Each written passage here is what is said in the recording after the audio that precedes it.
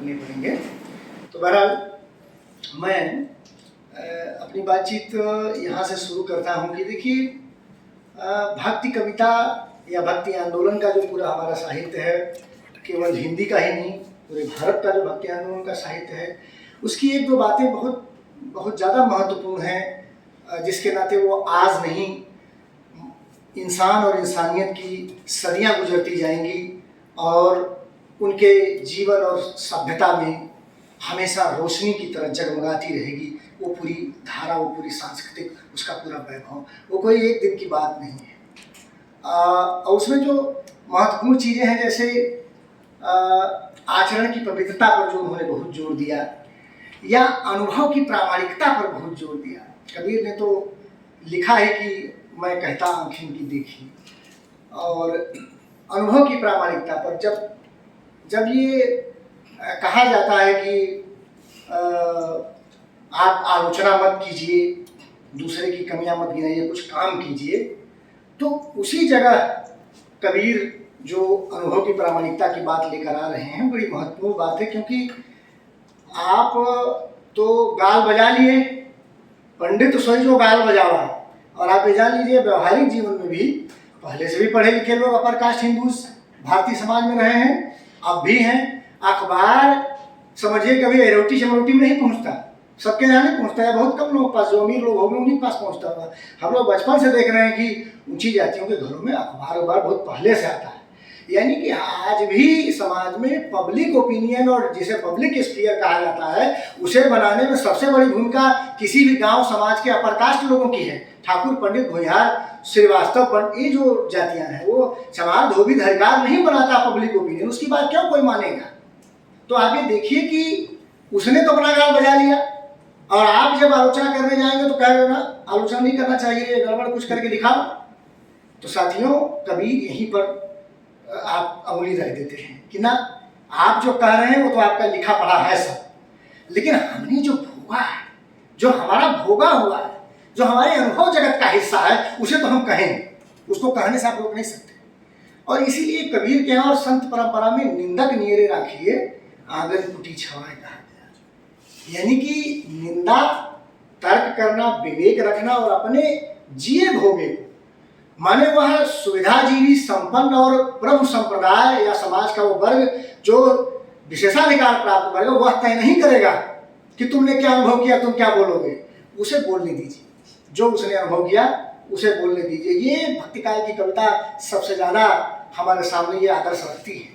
और साथियों, इससे भी जो महत्वपूर्ण बात है, आप जानते हैं कि संवाद, सत्संग, साधुओं की पूरी परंपरा ही भक्ति कविता की माने उसका जान है।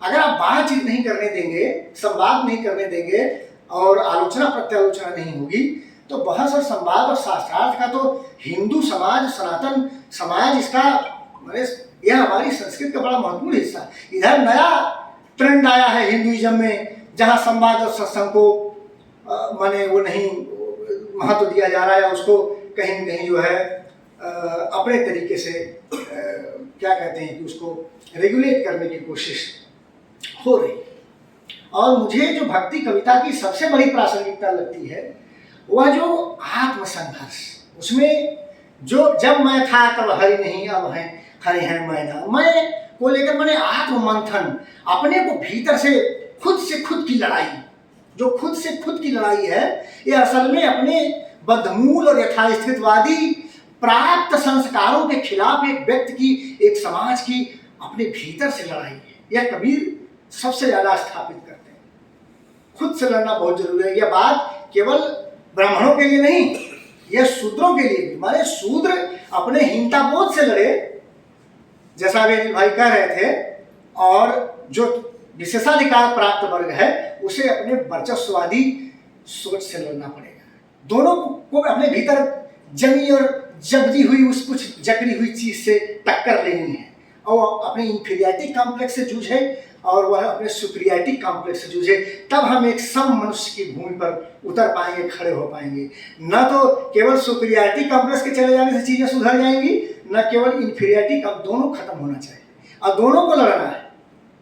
नवजागरण केवल स्त्रियों और शूद्रों के लिए जरूरी नहीं, वह सुविधाजीवी समाज, विशेषाधिकार प्राप्त समाज के भीतर जो वर्चस्ववादी सोच है उस हिस्से के लिए भी बहुत जरूरी है। इसीलिए अभी शायद सुबह ही नहीं, कल सुबह हम लोग पुलिया पर बैठे हुए थे तो सर यानी कि श्री प्रकाश शुक्ल सर उस पद का इस्तेमाल कर रहे थे जो अभी नई किताब शंभुनाथ की आई है, प्रोफेसर शंभुनाथ जी की भक्ति कविता पर।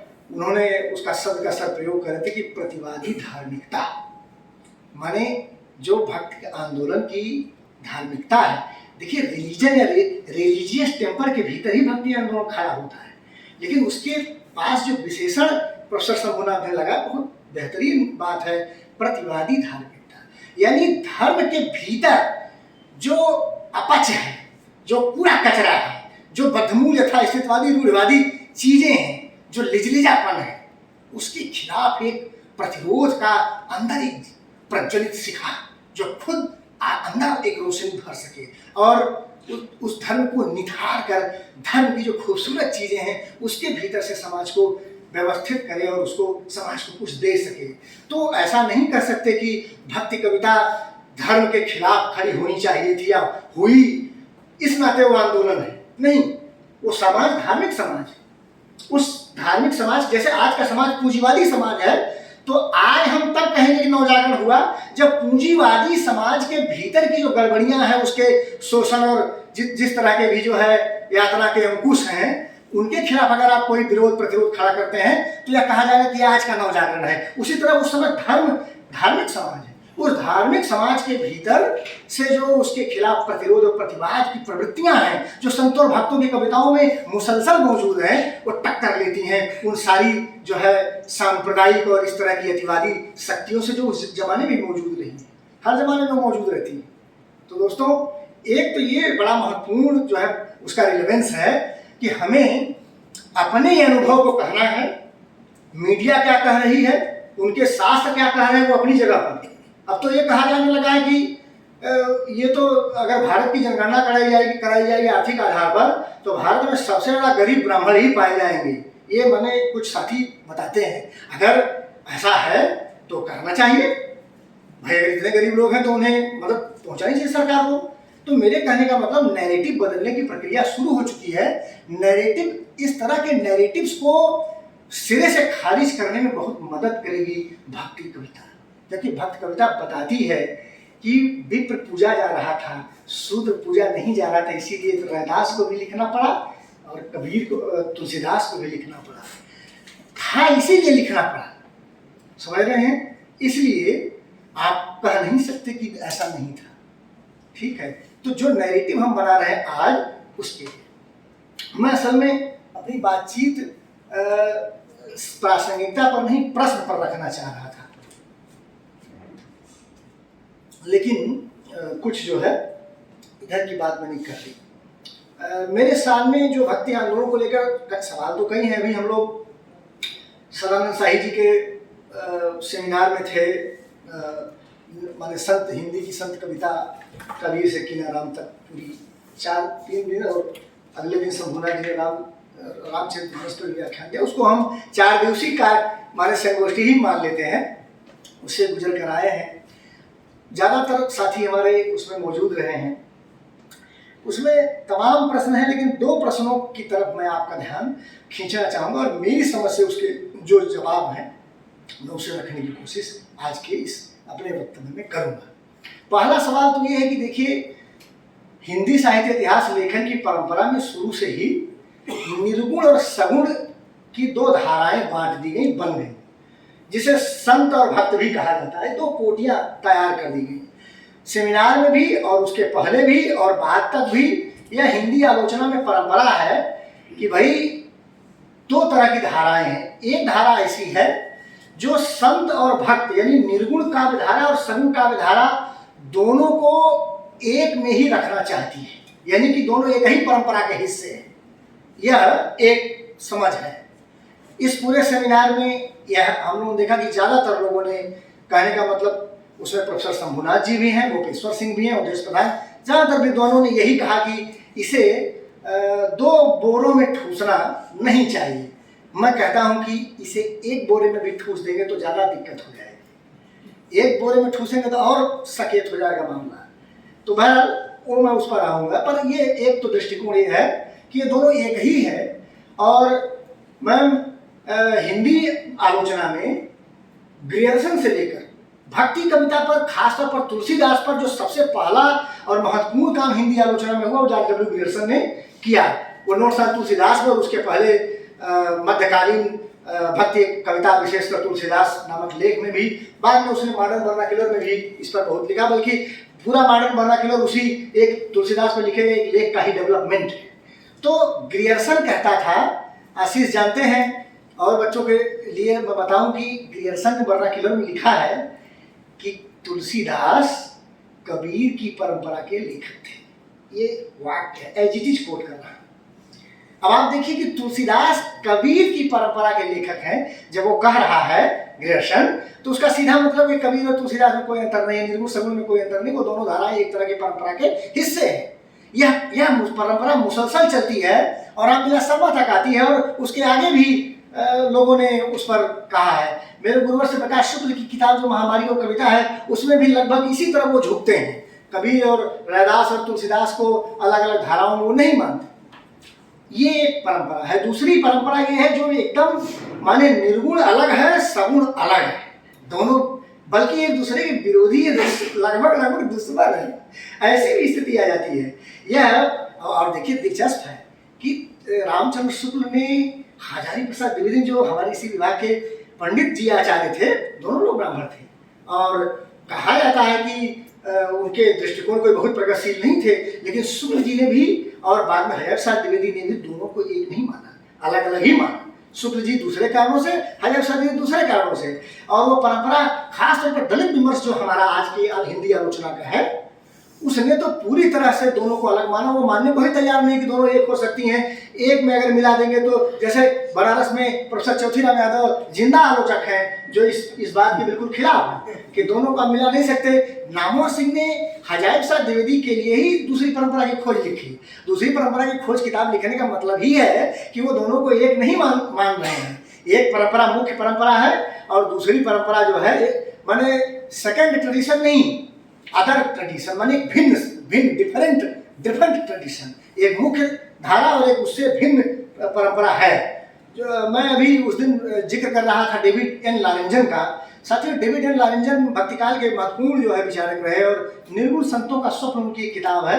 उन्होंने निर्गुण काव्यधारा और सगुण काव्यधारा के लिए अपने विचार में लेख में नाम दिया है, अशोक सर, जाति परक हिंदू काव्यधारा सगुण के लिए और जाति निरपेक्ष हिंदू काव्यधारा निर्गुण के लिए। दोनों को हिंदू काव्यधारा माना और दोनों में एक को जाति परक कहा, एक को जाति निरपेक्ष कहा। माने मुख्य अंतर विरोध समाज में मौजूद वो जो वर्ण और जात का सवाल है उसको वो मानते हैं। लेकिन इससे भी दिलचस्प तथ्य है, वो लिखते हैं कि इसमें जो जाति परक काव्यधारा हिंदू काव्यधारा है वह डोमिनेंट है और जो जाति निरपेक्ष हिंदू काव्यधारा वह अधीनस्थ है। अधीनस्थ है माने उसकी अधीनस्थ है, यानी कि मुख्य धारा जो है जाति परक वाली सगुण है और जो निर्गुण है वो तो अधीनस्थ है। वो जगह जगह उससे प्रभावित होती रहती, कई बार लेती है, कई बार उसके प्रभाव में भी आ जाती है। इसीलिए बात मुक्तिबोध ने लिखा था कि धीरे धीरे सगुण भक्ति काव्यधारा ने निर्गुण संतों और निर्गुण काव्यधारा की ये जो क्रांति के दांत उखाड़ लिए और उसे अपने तरीके से अनुकूलित कर लिया। इसीलिए धीरे धीरे निर्गुण का ताप खत्म हुआ और वो सगुण में जाके समाता हुआ, फिर वो रीतिकाल की तरफ पूरी चीज बह जाती है, निकल जाती है। वो एक अलग डिबेट का मुद्दा है। तो मेरे कहने का मतलब ये है कि ये दो धाराएं मुख्य रूप से, तो मेरे विद्यार्थियों के सामने प्रश्न बनता है कि आखिर विद्यार्थी क्या करे, दोनों को एक बोरे में रखे कि अलग अलग करे। इस उलझन का एक और कारण है, वो ये कि जो संत भक्त कवि हैं उनकी कविता भी अलग होने का प्रमाण नहीं पेश करती। अब आप देखें कि कबीर और अन्य निर्गुण संतों को आप लें तो उनके यहाँ सर ने तो अपनी किताब में महामारी और कविता में रैदास वाले लेख में लिखा ही है कि रैदास सगुण से निर्गुण की तरफ आए। ये एक बहुत महत्वपूर्ण बात है। और आप देखें कि कबीर की कविताओं में भी यद्यपि वो निर्गुण संत कवि माने जाते हैं, लेकिन उन्होंने राम का जितना प्रयोग किया या अवतार के माने ईश्वर के तमाम अवतारों का अपनी कविताओं में, हिंदू मिथकों का अपनी कविताओं में भरपूर प्रयोग किया। आप देखेंगे कि सूरदास और तुलसीदास शुद्ध रूप से सगुण भक्त कवि हैं, लेकिन उन्होंने जगह जगह ये स्वीकार किया, अरे भाई सगुण तो हम सुविधा के लिए ले रहे हैं, वास्तव में निर्गुण निराकार ही वो है। अब ये कविता में भी आता है, तो ये उलझन इस विद्यार्थियों के सामने बहुत बढ़ जाती है कि करें तो करें क्या करें। इसलिए इस प्रश्न को मैं लेना चाह रहा था।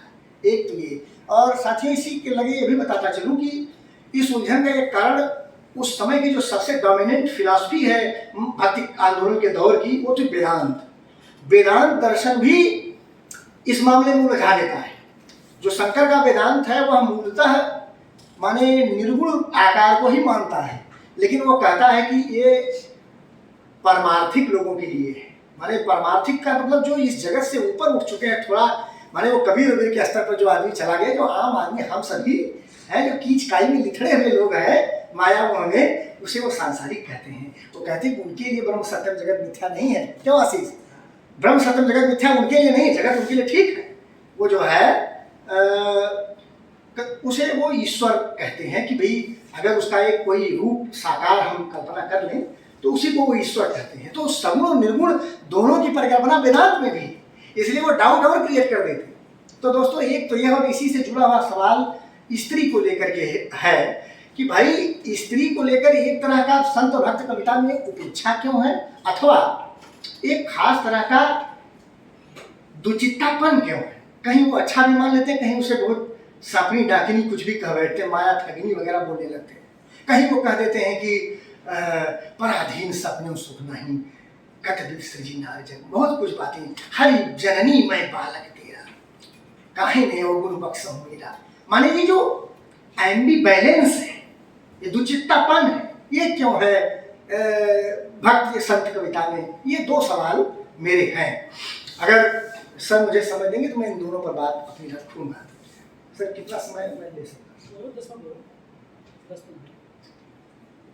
तो साथियों, पहली चीज तो ये कि मैं अब उस सवाल से पहले वाले प्रश्न से टकरा मैंने आपको जोड़ता हूँ। मुझे जो समझ में आता है भक्ति कविता और उसको पढ़ने पर, तो देखिए एक कॉमननेस है। ये आप नहीं कह सकते कि दोनों को एकदम अलग अलग और कंट्रेरी, यानी कि एक दूसरे के आमने सामने रखकर हम उसको एक खास बाइनरी में पढ़ सकते हैं। संत और भक्त यानी निर्गुण और सगुण दोनों के बीच एक ऐसा क्षेत्र तो है, एक भूरा क्षेत्र है जो दोनों को कवर करता है, वो जो है काटता है, ओवरलैप करता है, ठीक है। और वो क्षेत्र है मनुष्यता के उपकार का क्षेत्र, यानी दुनिया कैसे बहुत खूबसूरत बनाई जा सकती है, समाज कैसे बहुत सुंदर बनाया जा सकता है, इसको बनाने के लिए मनुष्यता की स्थापना के लिए जितने तरकीबें हो सकती हैं, उन तरकीबों के मसले पर संत और भक्त निर्गुण और सगुण दोनों कॉमननेस के जो है वो है, कॉमननेस की स्थिति में है। जैसे आंतरिक आचरण की पवित्रता या मन की एकाग्रता का सवाल, विवेक का प्रश्न कि हर चीज में हमें विवेक रखना चाहिए, या गुरु महिमा का सवाल है, संत संगति का प्रश्न है, या उपनिषदों की दार्शनिक जमीन का सवाल, दोनों को वो कहीं कहीं मिली हुई है, उसको एकदम से काट नहीं सकते आप। मानवता को लेकर के जो एक विश्व दृष्टि है वो कॉमन है, लेकिन इन सारी चीजों को साकार करने के लिए माने कि मनुष्य और ये मनुष्य समाज बहुत खूबसूरत बन सके और उसमें हम आंतरिक आचरण की पवित्रता और ये प्रेम तत्व और ज्ञान तत्व हर चीज हासिल कर सकें, इसके लिए जो वास्तविक दुनिया में जब आप उतरेंगे तो सामाजिक ढांचा जो आपका मौजूद है जिसमें ये सब चीजें घटित होनी है, जिसमें मनुष्य की समता का, न्याय का, बराबरी का आपको हक पाना है, वो जो वास्तविक सामाजिक ढांचा है उसी में उसे हासिल करना है। इस सामाजिक ढांचे को बदला जाना चाहिए या नहीं बदला जाना चाहिए, इसी ढांचे के साथ हम उन चीजों को हल कर लेंगे, इस मसले पर दोनों बाइफरकेट कर जाते हैं, अलग हो जाते हैं। जो निर्गुण है वह सोशल सिस्टम के मुद्दे पर अलग राय रखता है और सगुण काव्यधारा के जो विचारक हैं या कवि हैं वह जो है इस मुद्दे पर अलग राय रखते हैं। वो आप जानते हैं कि वो क्या अलग राय है। तो ये बड़ा बुनियादी प्रश्न है कि भक्ति काल की कविता जब ईश्वर को मनुष्य के रूप में या मनुष्य की जिंदगी को धर्म के भीतर स्थापित कर रही थी, ईश्वरीयता के, ईश्वरवाद के दबाव के बरक्स वह मनुष्यता को, मनुष्य के जीवन को, उसके लोक को जब कविता में दर्ज कर रही थी, तो मनुष्य जिस समाज और जिस सामाजिक ढांचे में रह रहा था उसके सवाल को छोड़कर आप आगे नहीं बढ़ सकते थे। और इस सवाल से जब दोनों कवि टकराते हैं, तुलसीदास भी या तुलसीदास और सगुण भक्त कवि और कबीर की परंपरा के कवि भी, तो वहाँ दोनों में अंतर आता है। अंतर क्या है मेरी समझ में दोस्तों? अंतर ये है कि एक जो है वो समता मूलक समाज का पक्षधर है और दूसरा वर्ण सिद्धांतों पर आधारित समाज का पक्षधर है।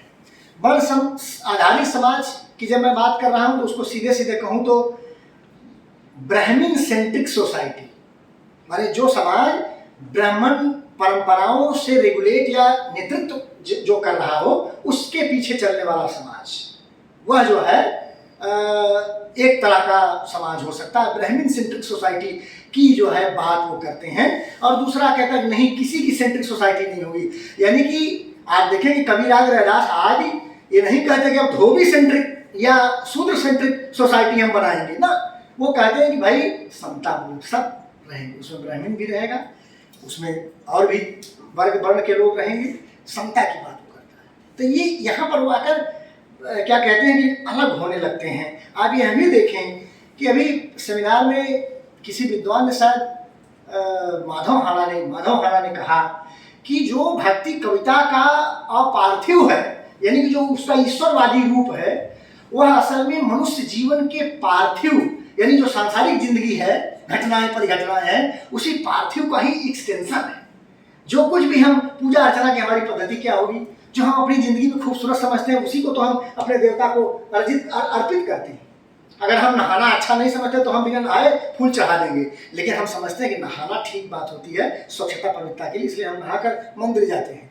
यानी पार्थिव का अपार्थिव एक्सटेंशन है। जब वो कहते हैं तो पार्थिव असल में वो दुनिया है, वो जिंदगी है जो वास्तविक जीवन आप जी रहे हैं, और अपार्थिव या ईश्वर या की जो दुनिया है वो असल में वो दुनिया जिसे हम पाना चाहते हैं, वैसी दुनिया हम पाना चाहते हैं, वैसा होना चाहते हैं, वो एक आदर्श है। तो मनुष्य जब जो है अपना आदर्श रचता है तो एक शास्त्र में जो पद्धति है उसकी तरफ चला जाता है कि हम ऐसा आदर्श रचेंगे। दूसरी धारा जो समतावादी धारा है वो अनुभव पर चली जाती है कि हम जो अनुभव हमने जिंदगी जीते हुए जो अनुभव हासिल किया है उसकी प्रामाणिकता के आधार पर हम अपना आदर्श रचेंगे, आदर्श तक पहुंचेंगे। और यही कारण है कि आप देखेंगे कि जो निर्गुण संत कवि हैं वे दुनिया को जीने लायक बनाने के लिए मेटाफिजिकल मेटाफर्स की तरफ जाते हैं, वो रहस्य की तरफ जाते हैं, और ज़्यादा से ज़्यादा अगर मिथकों की तरफ जाते भी हैं तो ऐतिहासिक मिथकों की तरफ। जैसे जायसी वगैरह ने कहानियों का प्रयोग किया लेकिन वो हिस्टोरिकल मिथक है, लेकिन जो सगुण भक्ति काव्य धारा थी वह पौराणिक मिथ की चेतना की तरफ चली जाती है। तो पौराणिक मिथ की चेतना बनाम मेटाफिजिकल मेटाफर्स का जो रहस्य का जो पूरा द्वंद्व है वह असल में उसी अनुभव और शास्त्र की परंपरा के भीतर से पैदा हुई एस्थेटिक्स है।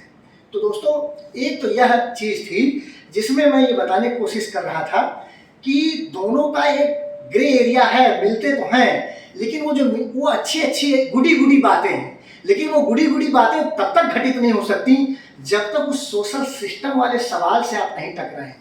और सोशल सिस्टम वाले सवाल से टकराने में दोनों अलग अलग हो जाते हैं।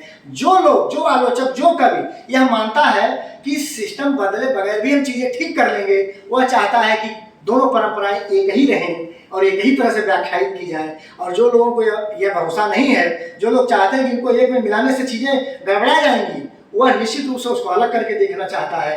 और मेरा अपना अनुभव ये कहता है कि जब भी आप डोमिनेंट परंपरा को अधीनस्थ परंपरा के साथ समन्वित करेंगे तो देर सवेर डोमिनेंट परंपरा डोमिनेट कर जाएगी और पचा लेगी, उसको निश्चित रूप से पचाएगी। ये सोसाइटी की टेंडेंसी होती है।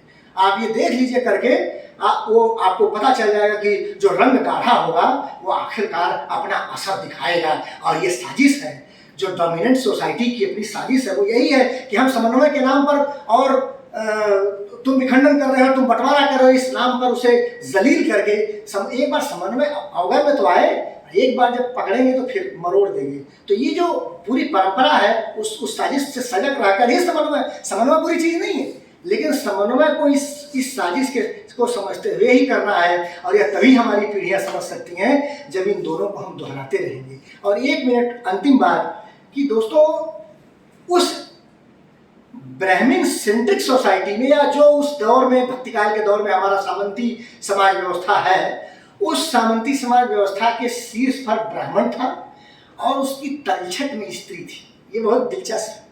अब आप ये देखें कि पहली जो समस्या, यानी कि स्त्रियों को या तो भक्त कवियों ने, संत में जब भक्त कवि कहा तो उसमें निर्गुण सगुण दोनों को माने आप, पहली जो सब बात थी कि उन्होंने या तो उसे छोड़ा या दुचित्तेपन का शिकार हुए। कहीं वो अच्छा कह देते हैं, कबीर भी कहते हैं, तुलसी भी कहते हैं, दोनों के यहाँ दोनों तरह की बातें हैं। इसके पीछे एक जो कारण मुझे समझ में आता है, उसकी तरफ मैं सीधे चल रहा हूँ, वो ये कि देखिए, जो भक्ति कविता का आंदोलन है वह सिद्धों नाथों से शुरू हुआ। और हम ये जानते हैं कि सिद्धनाथ बौद्ध परंपरा का ही आगामी विकास है। गौतम बुद्ध भी स्त्रियों को लेकर बहुत कंफर्टेबल नहीं थे। ये ध्यान दीजिए कि गौतम बुद्ध जब स्त्रियों को लेकर कंफर्टेबल नहीं थे तो उसके पीछे स्त्रियों की कमी नहीं थी उनकी नजर में। वो ये मानते थे कि जो जिसको तुलसीदास ने लिखा है ना कि नारी मुई घर संपत्ति नासी, मुड़ मुड़ाए भय सन्यासी। तो बुद्ध को ये पता था कि कुछ ऐसे भी सन्यासी मठों में हैं जो मुड़ मुड़ा के सन्यासी हो गए, वो वास्तव में अंदर से सन्यासी नहीं है। तो उनके आचरण और चरित्र पर उन्हें दुविधा है। वो जानते हैं कि जैसे ही महिलाएं उनके संपर्क में आएंगी, भिक्षुणियां आएंगी, वहां से अनाचार या पथभ्रष्टता की प्रवृत्तियां शुरू हो सकती हैं। तो वो स्त्री को लेकर डाउटफुल नहीं, स्त्री के संदर्भ में पुरुष के आचरण को लेकर डाउटफुल है, इसलिए वो बहुत कंफर्टेबल नहीं थे। सिद्ध परंपरा इसी की प्रतिक्रिया में आप देखते हैं कि अपने फ्रस्ट्रेशन को, यानी पुरुष फ्रस्ट्रेशन को उन्होंने कहा कि इसको निकाल दो। जैसे अरस्तु कैथारसिस की बात करता है कि भाई अगर फोड़ा है, पक रहा है, दुख रहा है तो दवाई देकर और पका दो, मल जो है मवाद फेंक दे फट कर है। तो जो स्त्री के प्रति जो कामुकता है पुरुष की, उसको झोंक दो। अबाध स्त्री सेवन और महासुखवाद का सिद्धांत सिद्ध साहित्य में आता है, सिद्धों के यहाँ आता है, और जिसमें बहुत अनाचार फैलता है। उसी की प्रतिक्रिया में सिद्धों के बीच से ही एक सिद्ध गुरु गोरखनाथ, जो कि सिद्ध ही थे, उन्होंने अपना रास्ता अलग किया। और इस महासुखवाद की प्रतिक्रिया में इंद्रिय निग्रह का जोरदार आचरण की शुद्धता और इंद्रिय निग्रह, स्त्री के अबाध सेवन पर तुरंत रोक लगाई और अपना पंथ अलग किया। ये बड़ा बुनियादी सरोकार है, यहाँ से सिद्धों से नाथ अलग होते। और आप जानते हैं कि कबीर आदि की जो पूरी परंपरा है वो उसी गोरखनाथ से आगे अपनी शिक्षा देती है। तो मेरी समझ में एक बात ये आती है कि निर्गुण संतों के यहाँ स्त्री को लेकर एक जो झिझक है वो असल में उनको परंपरा से ही मिली हुई है। एक तो ये कारण हो सकता है जिसके नाते वो जगह जगह अनकंफर्टेबल हो जाते हैं, एक बात। दूसरी चीज कि संतों के सामने या भक्तों के सामने, कबीर तुलसी दोनों परंपराओं के सामने जो समाज का वर्गीय आधार था वह वर्ण के आधार पर तो स्पष्ट था कि भाई हमारे यहाँ ये ब्राह्मण शूद्र, ब्राह्मण क्षत्रिय वैश्य शूद्र ये वर्ण है, उसका वर्गीय आधार स्पष्ट है। इसीलिए कि कौन किसका शोषण कर रहा है, कौन किससे शोषित है, इस नाते वो जो शोषक इंटिटी है, यानी कि वर्ण व्यवस्था में जो टॉप पर है, उसके खिलाफ वो बिगुल फूंक देते हैं, बड़ी मजबूती से लड़ाई लड़ते हैं, उनके खिलाफ वो लिखते हैं या पूरी प्रतिरोध करते हैं। लेकिन उस समय समाज में लिंग के आधार पर वर्ग जो है क्या कहते हैं कि उसका जो वर्गीय चरित्र था वो डिफाइन नहीं था। आप देखें कि भक्ति आंदोलन के किसी कवि में डेमोक्रेसी नहीं है, वो मुगल दरबार का विकल्प राम दरबार ही देते हैं, राजशाही का दरबार राजशाही है, वो कोई वो डेमोक्रेसी नहीं, क्योंकि उस समय डेमोक्रेसी का वर्ग चरित्र नहीं वहाँ उभरा है। तो दोस्तों यह भी देखने की बात है कि संत भक्त कवियों में ये पता नहीं था उन्हें कि पुरुष सत्ता है, वो मौजूद थी, पर उसको क्या कहते हैं कि डायग्नोज नहीं किया जा सका है कि पुरुष सत्ता भी कोई है जो संगठनिक रूप से स्त्री को कुचल रही है। यही कारण है कि जब जहाँ व्यक्तिगत अनुभव है, जैसे आप सभी के व्यक्तिगत अनुभव होते हैं, कई मुसलमान, कई ब्राह्मण, कई दलित आपके बड़े अच्छे मित्र होते हैं, बड़े अच्छे व्यवहार होते हैं, हम सभी के निर्माण में भिन्न भिन्न जाति और वर्गों के लोगों का योगदान है, उस आधार पर आप किसी के क्लास का आलोचना या प्रशंसा नहीं कर सकते कि हाँ हई बड़े अच्छे होते हैं, हई बड़े खराब होते हैं। यही कारण है कि जहाँ व्यक्तिगत अनुभव आए वहाँ पर वो कहीं प्रशंसा कर बैठते हैं, कहीं उसके खिलाफ बात कर बैठते हैं। चूंकि वर्ग चरित्र स्पष्ट नहीं था, पुरुष वर्चस्व और उसके शोषण का वो इसलिए जगह जगह उसके शिकार हुए, ऐसा मुझे लगता है। इन सारी बातों के साथ अगर कुछ कुहासा या कुछ सुराख मैं खोल पाया हूँ अपने शोध छात्र और विद्यार्थियों के दिमाग में कि इस प्रक्रिया को ऐसे अध्ययन करें, तो मैं आज अपनी बात को सफल मानूंगा। सभी को